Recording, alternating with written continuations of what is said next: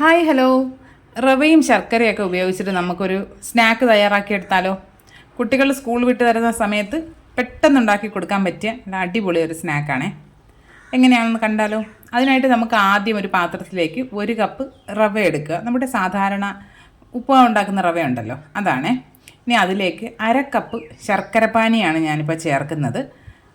നിങ്ങൾക്ക് വേണമെങ്കിൽ പഞ്ചസാര ചേർക്കാം കേട്ടോ.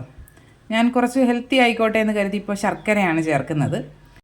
ഇനി ഇതിലേക്ക് 1 കപ്പ് പാല് ചേർത്ത് കൊടുക്കുന്നുണ്ട്. തിളപ്പിച്ച് തണുത്ത പാലാണ് കേട്ടോ ചേർക്കുന്നത്.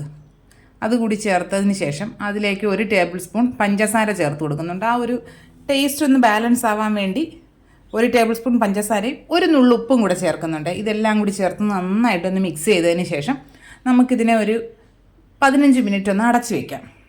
15 മിനിറ്റിന് ശേഷം നമ്മൾ തുറന്ന് നോക്കുമ്പോൾ റവ നന്നായിട്ട് കുതിർന്നിട്ടുണ്ടാവും. ഇനി നമുക്കിതിനെ ഒരു മിക്സിയുടെ ജാറിലേക്ക് ചേർത്ത് നന്നായിട്ടൊന്ന് അടിച്ചെടുക്കണം. അതിന് മുമ്പ് നമുക്ക് അതിൽ കുറച്ച് ഇൻഗ്രീഡിയൻസ് കൂടെ ചേർക്കാനുണ്ട്. അതിനായിട്ട് അതിലേക്ക് 2 ടേബിൾ സ്പൂൺ മെൽറ്റഡ് ബട്ടറാണ് ചേർക്കുന്നത്. നിങ്ങൾക്ക് വേണമെങ്കിൽ നെയ്യ് ചേർക്കാം, അല്ലെങ്കിൽ സൺഫ്ലവർ ഓയിൽ ചേർത്താലും മതി. ഇനി ഇതിലേക്ക് 1 ടീസ്പൂൺ ഏലക്കാപ്പൊടിയും 1 മുട്ടയും കൂടെ ചേർത്ത് കൊടുത്ത് നന്നായിട്ട് അടിച്ചെടുക്കുക. നന്നായിട്ട് മിക്സിയിൽ അടിച്ചതിന് ശേഷം ഈ ബാറ്ററിനെ നമുക്കൊരു പാത്രത്തിലേക്ക് മാറ്റി കൊടുക്കാം. അതിലേക്ക് ഇനി ഒരു 1/2 ടീസ്പൂൺ ബേക്കിംഗ് സോഡ ചേർത്ത് നന്നായിട്ടൊന്ന് മിക്സ് ചെയ്യണം. ബേക്കിംഗ് സോഡ ചേർത്ത് മിക്സ് ആയി കഴിയുമ്പോൾ തന്നെ ഇത് നന്നായിട്ടൊന്ന് പൊന്തി വരാൻ തുടങ്ങും ഈ മാവ്. നമുക്കത് മിക്സ് ചെയ്യുമ്പോൾ തന്നെ അറിയാൻ പറ്റും. നന്നായിട്ടൊന്ന് മിക്സ് ചെയ്തതിന് ശേഷം നമുക്കിതിനെ കുക്ക് ചെയ്യാനായിട്ട് തുടങ്ങാം. അതിനായിട്ട് ഞാനിപ്പോൾ ഒരു സോസ് പാനാണ് എടുത്തിരിക്കുന്നത്. അതിൽ കുറച്ച് ബട്ടർ ഒന്ന് ബ്രഷ് ചെയ്തിട്ടുണ്ട്. അതിലേക്ക് ഈ ബാറ്റർ ഒഴിച്ചതിന് ശേഷം നന്നായിട്ടൊന്ന് ടാപ്പ് ചെയ്ത് കൊടുക്കാം.